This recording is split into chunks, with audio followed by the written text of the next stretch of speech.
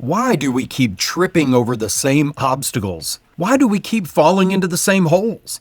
We think it's bad luck, or maybe it's our bad friends that we're hanging around, but Proverbs 29 gives us the real reason. If people can't see what God is doing, they stumble all over themselves. You aren't clumsy, you're blind. You don't have a vision. Welcome to day 29 of A Proverb a Day Keeps the Police Away. My name is Robert, and I'm a peer recovery coach who sees the lighter side of life. Happy to have you along today. We're going to be reading Proverbs 29 from the Message version, and we're going to find out why venting makes you a fool, why being stubborn is a death sentence, and why you need a vision to stay on your feet. Let's start out here with verses 1 through 10. Verse 1 is the scariest verse in the book for anybody who refuses to listen. Let's get right into it. For people who hate discipline and only get more stubborn, there'll come a day when life tumbles in and they break. But by then it'll be too late to help them. When good people run things, everyone is glad. But when the ruler is bad, everyone groans. If you love wisdom, you'll delight your parents, but you'll destroy their trust if you run with prostitutes. A leader of good judgment gives stability. An exploiting leader leaves a trail of waste. A flattering neighbor is up to no good. He's probably planning to take advantage of you. Evil people fall into their own traps. Good people run the other way, glad to escape. The good-hearted understand what it's like to be poor. The hard-hearted haven't the faintest idea. A gang of cynics can upset a whole city.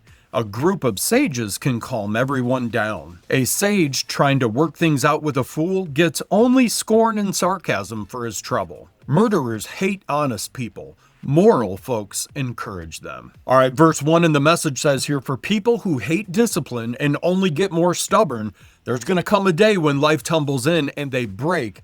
But by then, it'll be too late to help them. We call this the hard head. We think we can just keep ignoring the warnings that come in our life. We think we can just keep saying no to help. But Solomon is saying here that there is a breaking point. There's a line in the sand where you snap and it's just too late to help. Don't test that line. If you're stiff-necked long enough, you're going to eventually break your neck. Bend a little before you break. Next up, we have verses 11 through 17. We live in a culture that tells us to just let it all out, but Proverbs disagrees with that. Let's jump back in. A fool lets it all hang out. A sage quietly mulls it over. When a leader listens to malicious gossip, all the workers get infected with evil. The poor and their abusers have at least something in common. They can both see. Their sight, God's gift. Leadership gains authority and respect when the voiceless poor are treated fairly. Wise discipline imparts wisdom. Spoiled adolescents embarrass their parents. When degenerates take charge, crime runs wild, but the righteous will eventually observe their collapse. Discipline your children. You'll be glad you did. They'll turn out delightful to live with. All right, verse 11 gives us a reality check on our emotions here. A fool lets it all hang out, and a wise person settles it down. We think that screaming and yelling and venting makes us authentic. No, it makes us fools. In recovery, emotional sobriety is just as important as chemical sobriety. If you're going to vomit your anger all over everyone every time you get mad, you're still acting like an addict. A wise person feels the anger but can settle it down. You control the emotion. The emotion does not control you. All right, finally, we have verses 18 through 27 here. This is going to be the answer to why you feel lost sometimes. Let's finish it out here. If people can't see what God is doing, they stumble all over themselves. But when they attend to what he reveals, they are most blessed. It takes more than talk to keep workers in line. Mere words go in one ear and out the other. Observe the people who always talk before they think.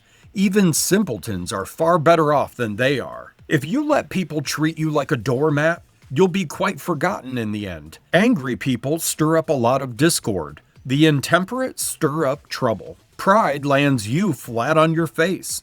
Humility prepares you for honors. Befriend an outlaw and become an enemy to yourself. When the victims cry out, you'll be included in their curses if you're a coward to their cause in court. The fear of human opinion disables. Trusting in God protects you from that. Everyone tries to get help from the leader, but only God will give us justice. Good people can't stand the sight of deliberate evil. The wicked can't stand the sight of well-chosen goodness. All right, verse 18 is the key. If people can't see what God is doing, they stumble all over themselves. In the King James Version, it says, "Where there's no vision, the people perish." Here's why you keep stumbling back into old habits. You don't have a vision for your future that is bigger than your past. If you can't see where you're going, of course you're going to trip. Recovery isn't just about stopping the bad stuff in your life, it's about seeing the new stuff that God is doing. Get a vision, and you're going to stop stumbling. I guarantee it. So the takeaways from Proverbs 29 to keep the police out of your life today are this. Number one, don't be hard-headed. If you keep refusing discipline, one day you're going to break beyond repair. Number two, settle down. A fool lets it all hang out. Learn to regulate your anger. And number three, get a vision. If you can't see what God is doing in your life, you're going to keep stumbling. Start opening your eyes. And friends, here we are 29 days in. We're almost done with this proverb a day to keep the police away. I hope you're keeping the streak alive. We're almost to the finish line here, so if you're ready to see clearly today, do me a favor, hit that subscribe button, leave a comment with some glasses to show that you've got vision today, and share this with someone who may be stumbling. We could all use a little encouragement on our journey. And friends, I'll see you tomorrow for day 30, but until then, stay sober, not bored.